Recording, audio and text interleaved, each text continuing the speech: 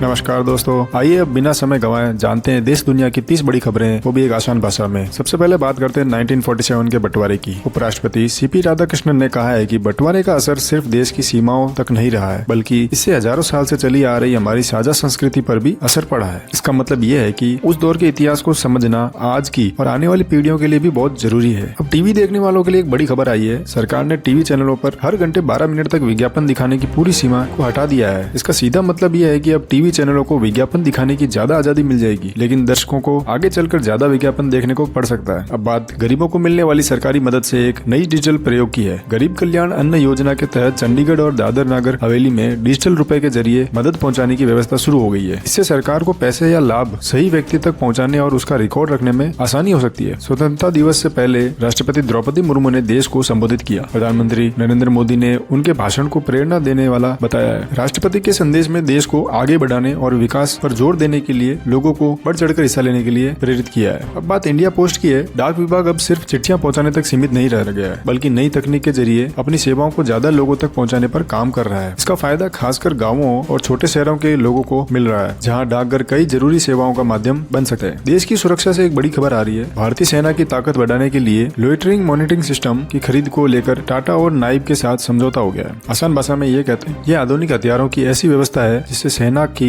दूर बैठे लक्ष्य पर हमला करने की क्षमता और मजबूत हो जाएगी। अब मानव अधिकार से जुड़ी एक बड़ी खबर। राष्ट्रीय मानव अधिकार आयोग का 2 हफ्ते का ऑनलाइन कार्यक्रम पूरा हो गया है। इसमें मानव अधिकार और लोगों के जरिए अधिकारों के बारे में जानकारी दी गई है। इससे खासकर युवाओं में लोगों के अधिकारों को समझने और उनके प्रति जागरूकता बढ़ाने में मदद मिल सकती है। स्वतंत्रता दिवस के मौके पर राष्ट्रपति द्रौपदी मुर्मू ने देशवासियों को 80वें स्वतंत्रता दिवस की शुभकामनाएं दी।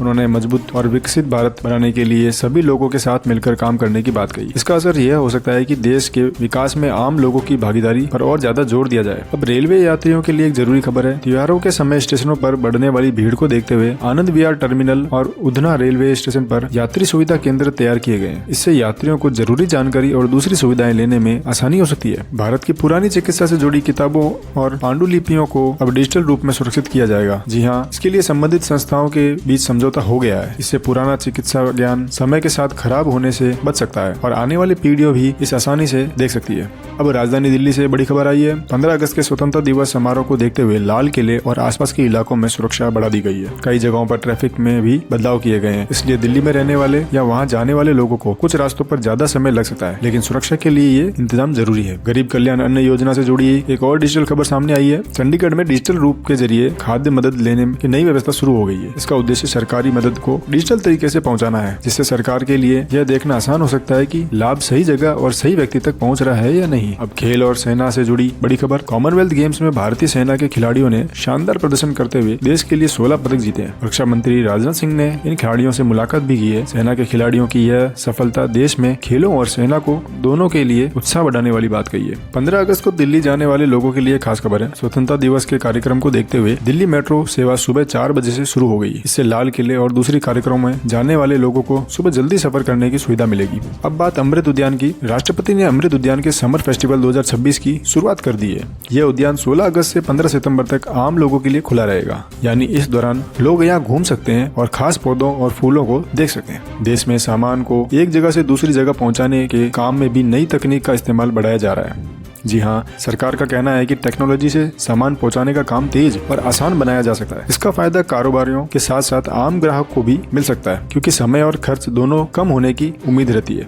अब युवाओं और नई तकनीक से जुड़ी बड़ी खबर आई है। फ्यूचर स्किल्स प्राइम से 34 लाख से ज्यादा लोग जुड़ चुके हैं। इसमें AI, साइबर सुरक्षा, बिग डाटा, क्लाउड और दूसरी नई तकनीकी की ट्रेनिंग दी जा रही है। जानकारी के अनुसार 13 लाख से ज्यादा लोग कोर्स पूरा करके प्रमाण पत्र भी ले चुके हैं। इसका मतलब है कि बड़ी संख्या में युवाओं को आने वाली नई नौकरियों के लिए जरूरी तकनीक जानकारी मिल रही है। अब बात देश में बने सामान और छोटे कारोबार की। दिल्ली में भारतीय व्यापार महोत्सव के दौरान स्वदेशी सामान और छोटे कारोबार को बढ़ावा देने पर जोर दिया गया। अगर लोग देश में बने सामान ज्यादा खरीदते हैं तो इसका फायदा छोटे कारोबारियों को और स्थानीय कंपनियों को मिल सकता है और देश के अंदर कारोबार को बढ़ावा भी मिलेगा। अब शेयर बाजार की एक बड़ी खबर आ रही है। शुक्रवार को भारतीय शेयर बाजार में लगातार चौथे कारोबारी दिन गिरावट देखने को मिली। सेंसेक्स और निफ्टी दोनों नीचे बंद हुए और फार्मा तथा मेटल कंपनियों के शेयरों में दबाव दिया।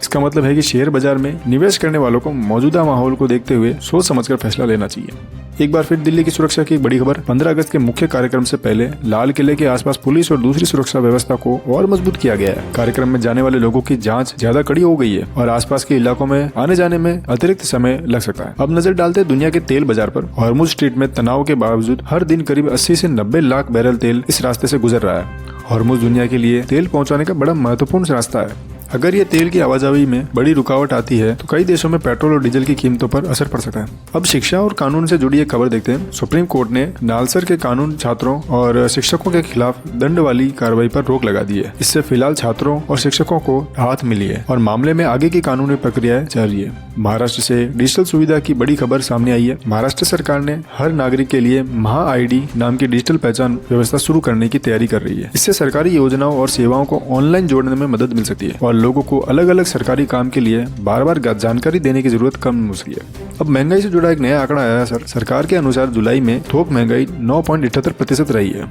जबकि जून में यह 9.87% थी। यानी महंगाई में थोड़ी कमी आई है, लेकिन थोक स्तर पर कीमतों का दबाव अभी भी काफी ज्यादा है। इसका असर आगे चलकर सामान की कीमतों और कारोबार पर पड़ सकता है। अब सोने और चांदी की कीमतों की एक बात करते हैं। अमेरिका और ईरान के बीच तनाव के बीच शुक्रवार को सोना और चांदी की कीमतों में करीब 1% तक गिरावट देखने को मिली। इससे सोना खरीदने वालों को थोड़ी राहत मिल सकती है, लेकिन दुनिया में चल रहे तनाव के कारण कीमतों में आगे फिर बदलाव हो सकता है। अब एयर इंडिया की उड़ान से जुड़ी एक गंभीर खबर है। फुकेट से दिल्ली आ रही एयर इंडिया की एयरबस A320 उड़ान में कुछ सेकंड के लिए तीनों हाइड्रोलिक सिस्टम में समस्या आने की बात सामने आई है। रिपोर्ट के अनुसार विमान ने कुछ ऊंचाई भी खोई और इस घटना की जांच की जा रही है। इसका असर यह हो सकता है कि विमान की सुरक्षा जांच और रखरखाव पर ज्यादा ध्यान दिया जाए। एक नई स्वदेशी तकनीक की खबर है। इंडिया ऑप्टेल ने गरुड़ नाम के हाई रिजोल्यूशन स्वदेशी दूरबीन आम लोगों के लिए पेश की है। आसान भाषा में कहें तो ये ऐसी दूरबीन है जिससे दूर की चीजों को ज्यादा साफ देखा जा सकता है। इससे भारत में अपनी ऑप्टिकल टेक्नोलॉजी यानी देखने वाली तकनीक को बढ़ावा मिलने की उम्मीद है। अब ऊर्जा से जुड़ी एक बड़ी खबर आई है। सरकार के अनुसार 2030 तक भारत में कोयले की मांग करीब 1.6 अरब टन तक पहुंच सकती है। इसकी बड़ी वजह देश में बिजली और ऊर्जा की बढ़ती जरूरत है। कोयले की ज्यादा उपलब्धता बिजली उत्पादन में मदद कर सकती है, लेकिन इसके साथ प्रदूषण कम करने और साफ ऊर्जा बढ़ाने की जरूरत भी बनी रहेगी। खाने पीने के सामान से जुड़ी एक बड़ी खबर आई है। FSSAI ने खाद्य कंपनियों को पैकेट पर सही जानकारी लिखने और लेबल के नियमों का पालन करने को लेकर जागरूक किया है। इसका सीधा फायदा ग्राहकों को मिल सकता है, क्योंकि सामान खरीदते समय उन्हें पैकेट पर जरूरी जानकारी आसानी से मिल सकेगी और गलत जानकारी देने वाली कंपनियों पर कार्रवाई होगी। तो दोस्तों, ये थी अब तक की 30 बड़ी खबरें, वो भी एकदम आसान भाषा में, बिना किसी रुकावट के। अगर आप रोज ऐसी वीडियो देखना चाहते हैं तो चैनल को सब्सक्राइब कर लें। कल फिर मिलेंगे इसी समय, तब तक के लिए जय हिंद।